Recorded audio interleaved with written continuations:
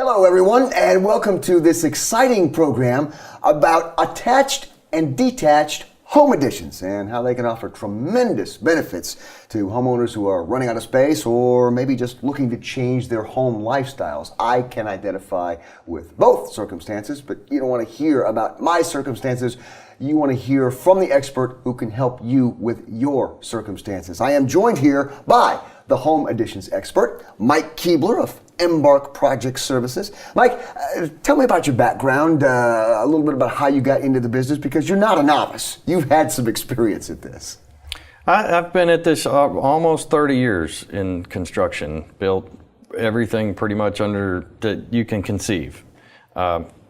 Started in residential, did commercial for a while, and then made a conscious decision to get back into residential because I really enjoy working with the homeowners. So we've done additions, we've done interior renovations, we've done new homes, pretty much the gambit of anything you can do with a home. So let's talk now about the major reasons that a homeowner might consider an attached or a detached addition to their home. Well, attached and detached additions include just simple screening in your porch to adding a garage, adding living space, adding bedrooms, kitchens, bathrooms, the whole gambit of how you might change your home and add square footage, whether it be attached or detached. You can do a detached garage with or without a living space above it, or attached. Primarily what we're seeing, a lot of people get into wanting to expand their garage or change garages into living spaces for all different kinds of reasons. They have, elder parents moving back in with them, or having more children, or just run out of space for their stuff. And I know, in my own personal life and in my circle of friends, after you live in a place for a while, you get the same old feeling. It's like, yeah, I've seen this, done that, and things that were little irritations become big irritations, and you just want some kind of a change. Now you can go out and buy a whole new house, but you don't have to with Embark Project Services. Right. I mean, to go out and buy a new home or try to sell your existing home and then find a new home, it's really a much bigger process and much bigger disruption in your life than taking what you already have and making a smaller investment for sometimes a bigger return, and just improving what you already have. You mentioned some of the projects that people consider and that people really enjoy. What are the major types of additions that most people consider? What kinds of rooms or even buildings are we talking about here? Garages, bedroom additions, garages with living space above. There's a lot of older homes on the market that don't have garages, or that have a really small one-car garage. Adding a two-car garage. The older homes, a lot of them don't have a nice master suite, so people are putting bedrooms in them.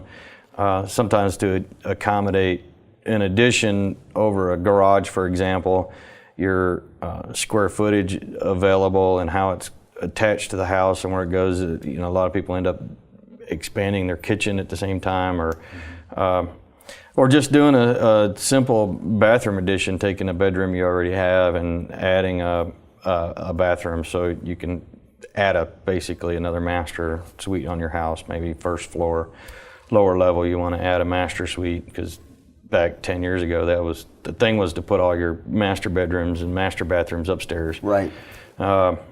So as the kids have moved out of the house and parents are aging or get tired of going up and down the stairs or whatnot, and they want to add a master suite on the first floor. There's just a plethora of reasons to go about doing an addition. And how cool is that when you have that addition? All of a sudden it's like a brand new structure, brand new house, brand new living space. You've been talking about some of the reasons why people consider home additions, and very good reasons. I can identify with all of them. Seriously, I can. Like they're running out of space, or it's just outdated. The house was built 20 years. Doesn't seem like that long ago, but it sure makes a difference in terms of the appearance of a room. Outdoor living expansion, another one of those reasons. Entertaining. But are there alternatives to building on or building out? If so, why is an addition the best fit in a lot of those situations? Sure. I mean, there's always other options. You have to weigh the cost and benefit of them. For example, a lot of people go out and get a storage unit somewhere where they put all their extra stuff. So you're basically paying money to store your stuff every month that is going to make somebody else money, and it's not at your house. You can't access it, and then it just turns into this monthly thing that you pay to keep your stuff somewhere else. And how many people watching right now are doing exactly what you described? Yeah, I've been guilty of that myself in the past. You're looking at one who's been guilty of that as well. Now, are there times when an addition would not be a good fit for a homeowner? Sure, there is definitely times when an addition wouldn't be a good fit. Well, one, maybe it won't fit on your lot. There's a lot of things to consider when you're trying to add square footage on your existing property, so maybe it won't fit on your lot. Maybe you're going to overbuild your neighborhood. We want to make sure that the homeowner is going to get the return out of what we build. Usually you're pushing the envelope, so usually you're pushing your return ability to get return based on the comps in your neighborhood. But comps always rise over time, so as long as you're not going too far out and you're going to have your home for a while, that's usually not an issue, but it is a consideration. Fascinating, and it seems with the kind of experience that Embark Project Services has, that there are processes involved to make that determination. So let's kind of talk about the process of building a home addition. For a homeowner, it can be pretty overwhelming, especially if you're like me, not a fix-it guy. Have a hard time seeing an open space and imagining anything different there. So for somebody like me, that's almost too much to even be able to ask questions intelligently. So let's talk about the Embark project process, step by step, and see how it makes it easy and enjoyable, even for somebody like me. So let's talk about the initial phone conversation. I give you a call, what happens from there? Well, the first thing we want to know, obviously, is just some basic information about you and where you're at, your name and your phone number, simple stuff, so we can make contact again. But at the same time, what we want to do at that point is send you kind of a little survey that we have to give you some things to think about of why you want to do this and lifestyle type questions, so we can have a better understanding of who you are and what you're trying to achieve before we get to our initial face-to-face consultation. And that face-to-face comes on site.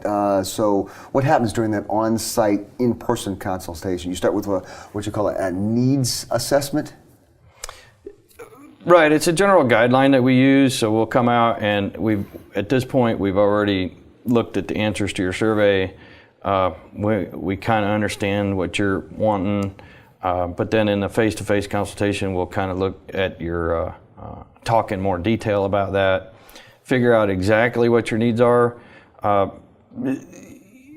lot of times a homeowner might know, well, I know I want this bedroom. Well, maybe there's some other areas in your home that we could, where it goes and how does that whole addition and the extra square footage fit into the architecture of your home? How does it? So we want to address all those areas and primarily understand exactly what it is you're needing. Why is it you feel like this bedroom, this is where it ought to be, or maybe you don't even know where it ought to be, and really get in depth and figure out what your needs are so we can meet those. That's why experience is so important when you're talking about doing something in my house. I want somebody who's been there, done that, knows what they're doing, can see things that I can't even see. What does practical feasibility mean? Practical feasibility, we've been to homes before when they want an addition. It was last week we were at a home and they want a big wing off the back of their house. The issue there was, which hadn't been recognized yet, was how the grading and drainage worked around their house. It's going to be kind of a significant issue to deal with. where they had initially envisioned this addition. So that and septic systems and where your field lines might be if you're on septic, and where your sewer lines are, where your utilities come in, how your lot's graded, how your house is framed, how the roof lines are. So we want to really look at the practical feasibility of what we're trying to accomplish, to make sure we're not going to have, to make sure conceptually it'll work. Sure. There's always budget feasibility. How important is it early on to make that determination, the budget feasibility of the project? And can you help with that? Yeah, absolutely. The homeowners have, and understandably have, a real issue with telling us what their budget is.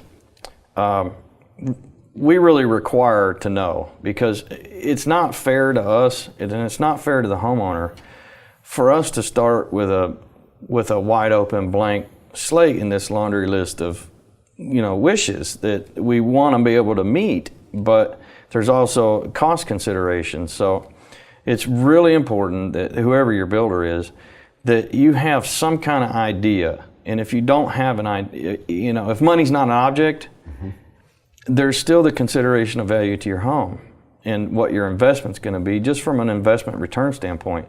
So even if money is not an issue, we still need to know, so that we can help guide that process, guide the addition, or what is it you're trying to do, even whether it's just a screened-in porch, which is a fairly simple process, as opposed to adding a master suite and new kitchen. But if we don't know the budget, we don't know where to start. We don't know how the feasibility matters, how to design around to meet what your overall objectives are. So knowing the budget is very important. At least a range, so we know where to work to. Maximizing resources, maximizing return. Absolutely. Tell me, in your own words, what exactly is concept design? We were talking about design just a minute ago. What is concept design? So, big picture, once we have the practicality of it kind of worked out, we understand the design goals, we understand your needs. The next step would be to actually take measurements and physically sketch out your existing home, make notes of roof lines, whatnot on your existing home, and then sketch out how the addition is, where it would tie into the house, how traffic would flow inside the house. The ultimate goal is so it doesn't, at the end of the day, it doesn't look like an appendage on, somebody just stuck on the side of the house. So we want it to blend with the architecture. We want it to blend with how you live in the house. I mean, most people live in their living rooms. Some people live in their kitchens, some people, there's a balance between that, and, how do you get from kitchen to bedroom, and, kitchen to bedroom through garage is a terrible idea. So we want to sketch out, measure up your existing home, figure out your flow, understand your needs, and then actually draw like just a hand-drawn, simple charrette, we call it, single line drawing. And maybe do some elevation sketches for you. So no sketches of appendages. Yeah, just no third ears, on the side of your house. All right, so after you leave the customer's home, you've been there, you've done the on-site visit initially. There's still a bunch of work that you guys do. I mean, you've been outlining some of that. Talk about the technical design and the design estimate that takes place back at the Embark offices. So once we have all this information, we know how big we're going for here and how everything's going to fit together. All at this point is all hand-drawn sketches, so we'll take it back and put it in a CAD type program. We can do three-dimensional drawings if needed, and actually draw it all out to scale and make a professional dimension drawing where we can place beds or place vanities right on your drawing, so you can see how it's all gonna to fit. And we need that to get to something that we can also get the initial budget for. So once we get it that far, we have detailed line estimates that, we'll go through and do all our quantity takeoffs and come up with an initial budget that meets all your wish list. At the same time, we can help choose. When we put the budget together, we'll choose levels of finishes and maybe make options available to you if it's going over budget, so we can show you how to get it back down in the budget, and that's the process. When you do the technical design, I'm guessing that's where all of a sudden the light bulb comes on over some customers' heads. Aha, I see it, I get it now. A lot of times, yeah. All right, step 3 then. Step 3 is the on-site design evaluation. What happens here?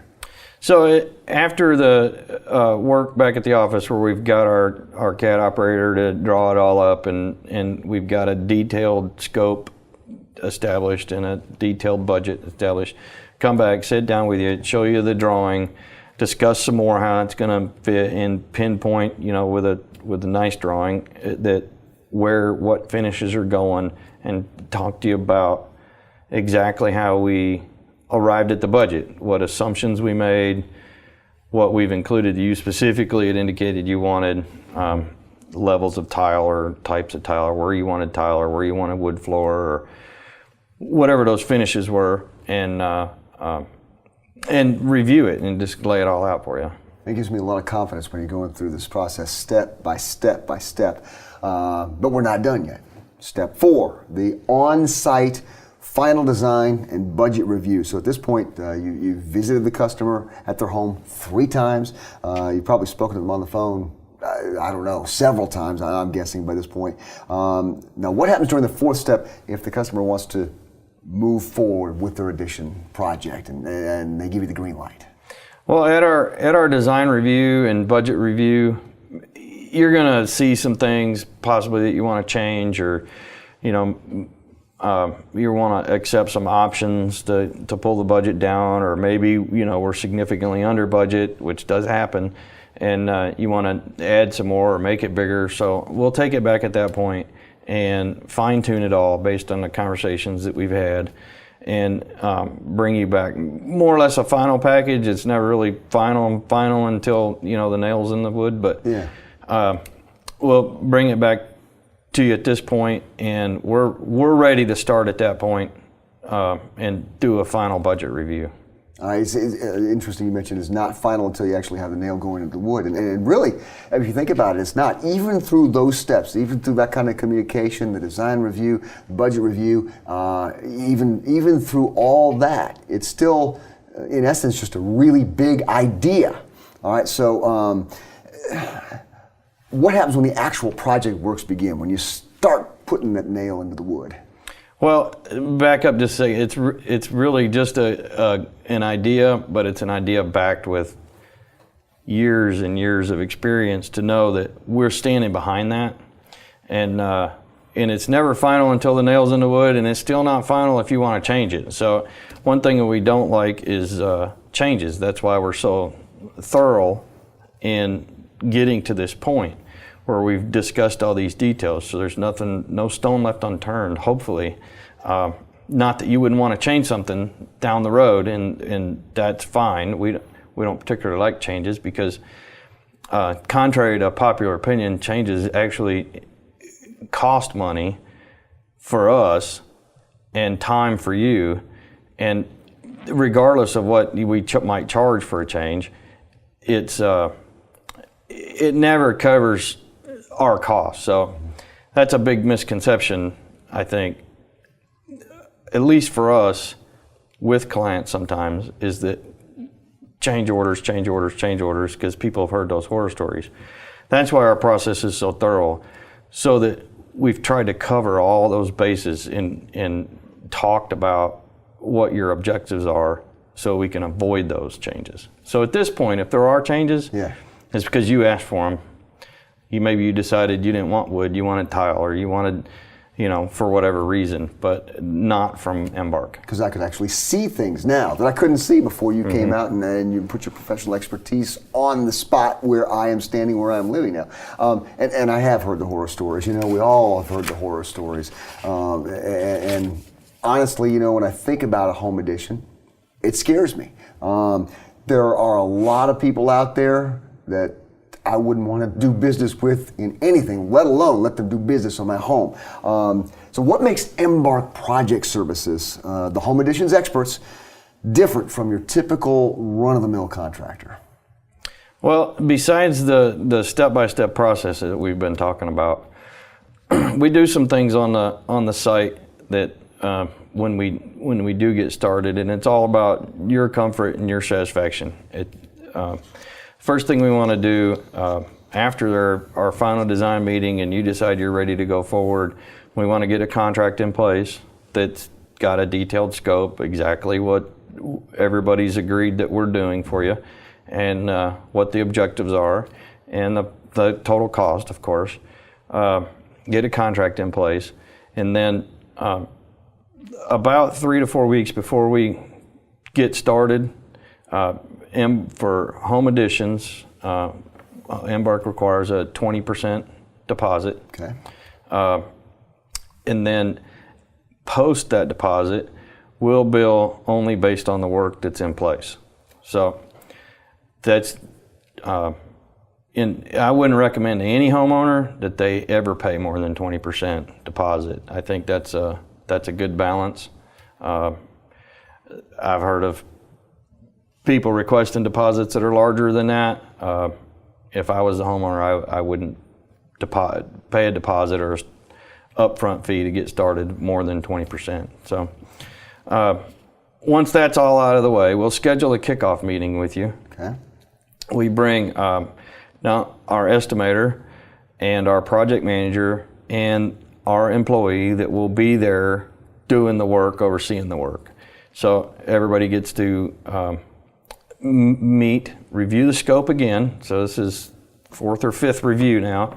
We'll go through the scope in detail, walk every square inch of the project, talk about any new items that might have come to mind or come up, or changes you might want, or special considerations you want us to take during the course of construction.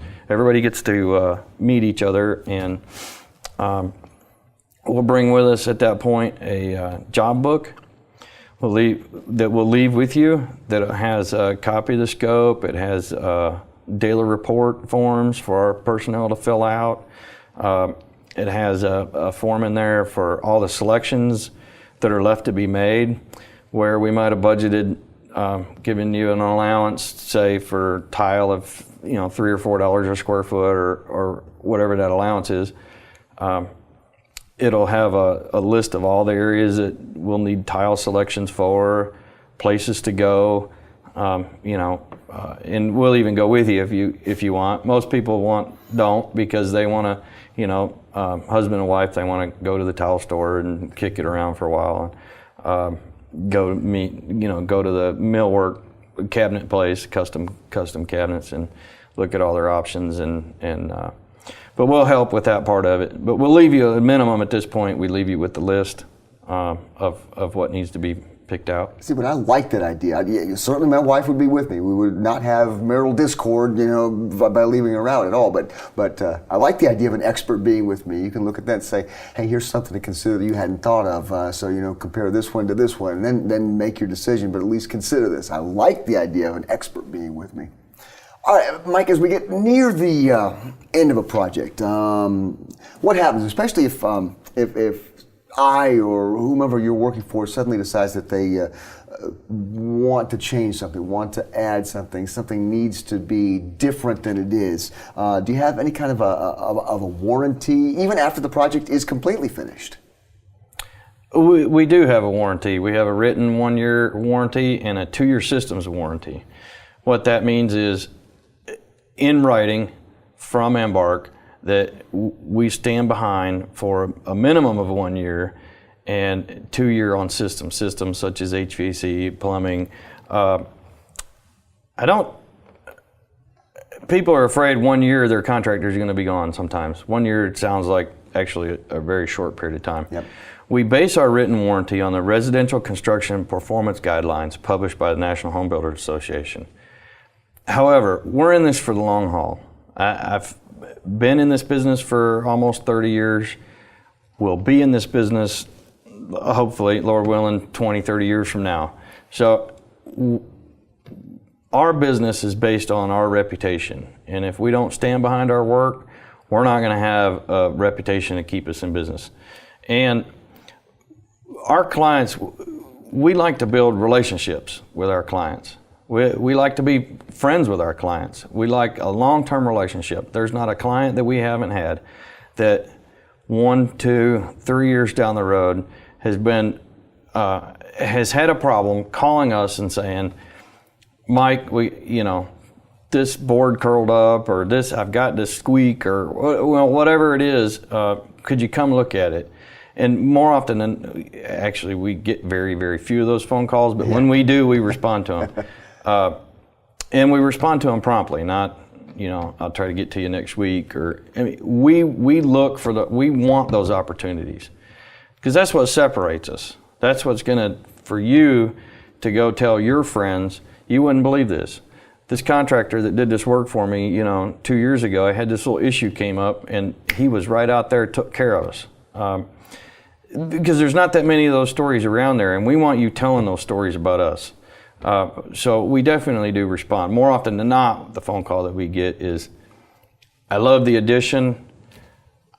I want to remodel my bathroom inside now. Will you come and do that? Those are the kind of phone calls that we normally get. But when we do get a warranty call, we want to be there for that.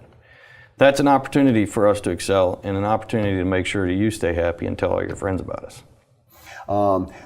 So much stuff that I wouldn't have known, couldn't have known if I hadn't sat down here today and talked to you. And I guess that's the point of this video, is so that people can get to know you, understand Embark Project Services. We've covered a whole bunch of ground. So if somebody is considering a home addition project, and you're watching the video, so you know you are, but what should they do? What's the next step they need to take to turn that dream into a reality? Our phone number, 423-208-9897. That's 423-208-9897. Okay. Or visit www.theadditionsexperts, both additions experts is plural, okay, .com, theadditionexperts.com. Got it.